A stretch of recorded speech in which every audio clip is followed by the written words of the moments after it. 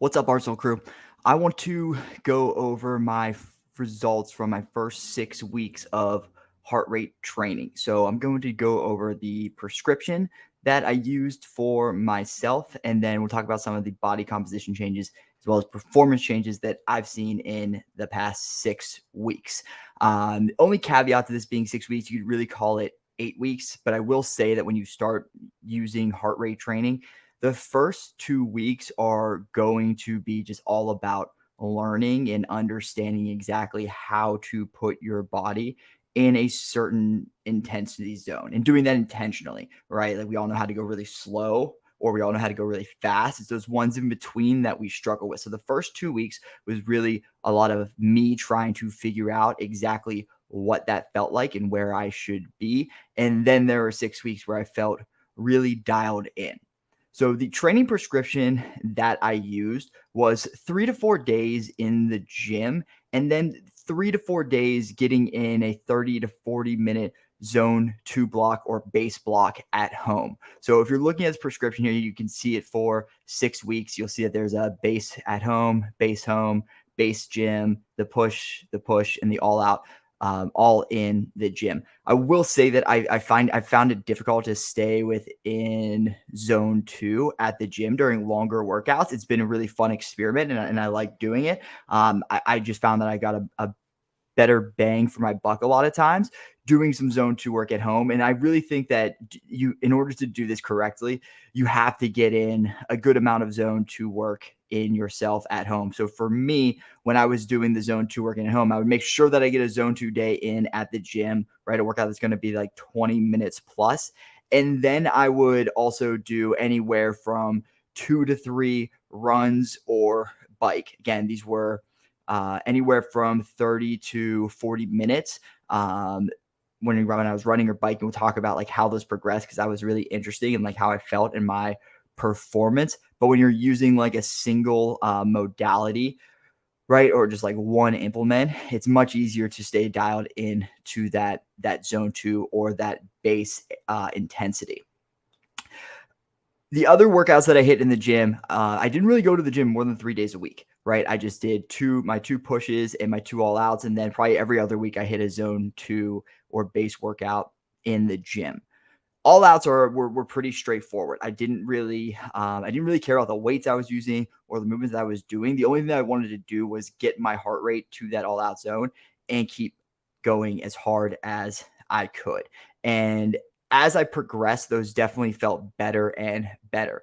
For the pushes, these are another area where we really need to focus on slowing ourselves down because it's very easy to go from that zone, like the top of your zone 2, bottom of your zone 3, and just foregoing everything in the middle and getting right up to zone 5. So I was very intentional with my push workouts and making sure that I was like, okay, if I'm going to have a barbell in my hand, I'm going to focus primarily, almost solely on technique. And again, if that means lowering the weight, or moving slower and taking bigger rests, I was willing to do that because honestly, when I was in a push zone, I didn't even want to get close to pushing up into my zone 4. Like into my zone 4, like what would be all out. Now, again, there's nothing wrong with going up there.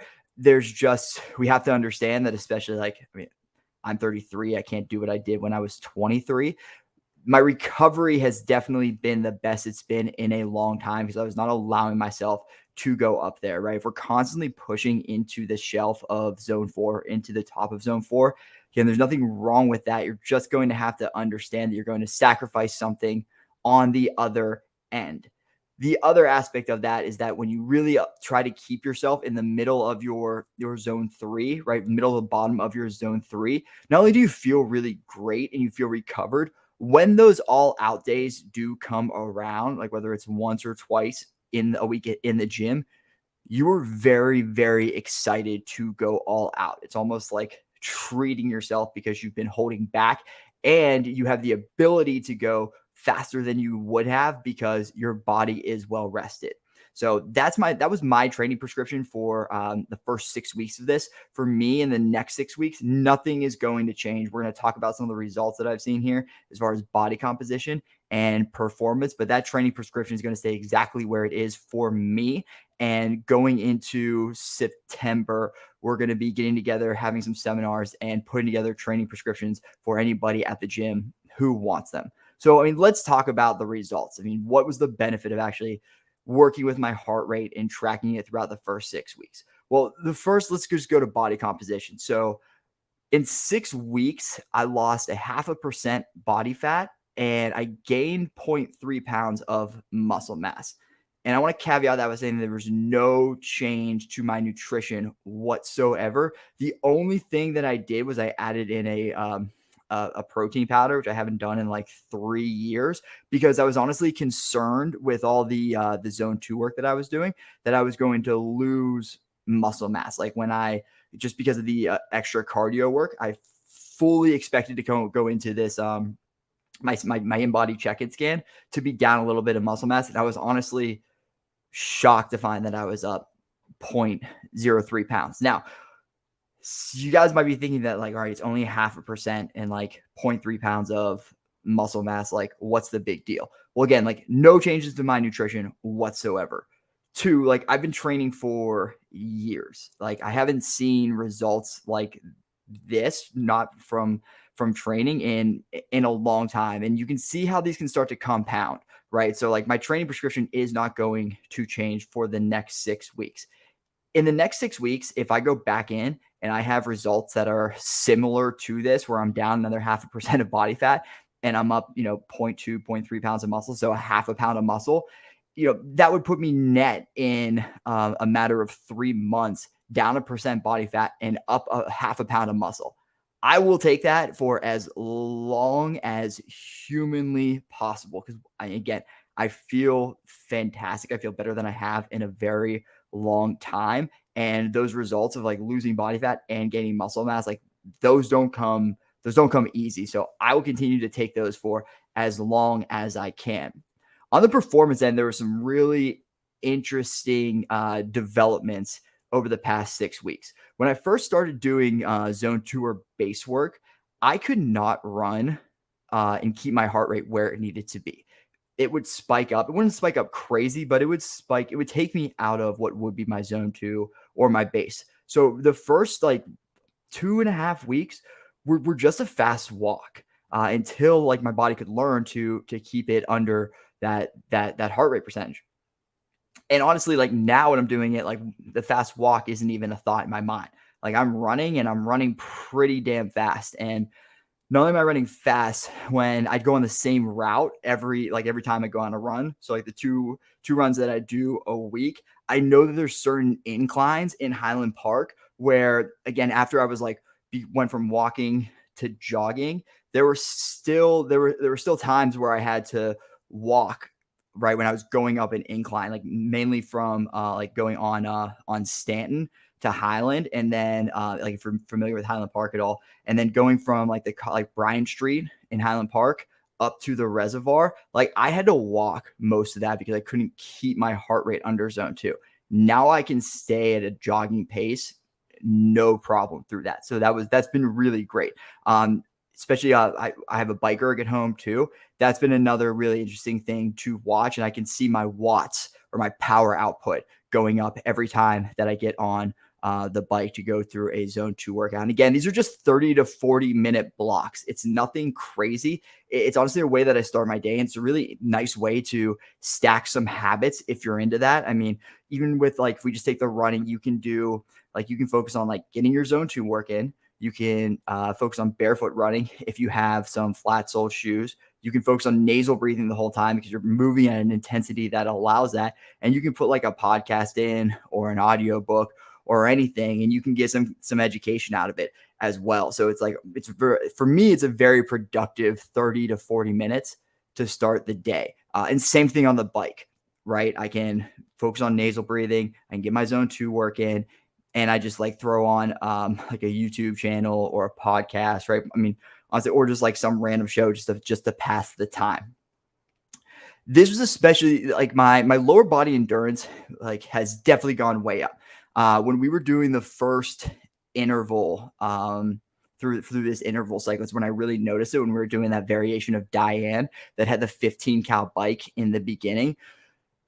Before like going into June, if I were like looking at that of like how hard can I go on the bike, I would not expect myself to like I would like holding 70 RPMs would be my goal. And probably by that last round, I would have been down to like 66, 67, something like that. That was not the case with that Diane workout. The entire time, I did not drop 80. And for me, like I'm not great at those bikes. I hate those bikes. I was blown away by the amount of power I was able to, for me, put into those bikes and stay at it consistently. And then same deal, going off to the deadlifts, I was breathing hard and I was working, but I've kind of like stopped myself to say like, all right, like where do I feel the most fatigue? And it was not in my legs. I mean, like I got off that bike, my legs did not feel like they were just like pumping with blood. I went to the barbell, picked up the deadlift, same thing, like legs did not feel fatigued. And what I noticed was the fatigue was in my shoulders. And that really came through on the third round of presses because it took forever. I just died out. And there's a reason for this, right? When you do any sort of like steady state cardio or like aerobic work like this, it can have a localized effect, right? So if we look at like the running that I was doing and the biking that I was doing, it was all focused on my lower body. And we can get into like mitochondrial density and things like that and like why it would be the case that like it makes sense that my lower body has much more endurance than my upper body right now. I'll put some videos in the links for anybody who wants to like just nerd out on that a little bit. But the important thing is just to know that like there is a localized effect because my lower body was way ahead of my upper body.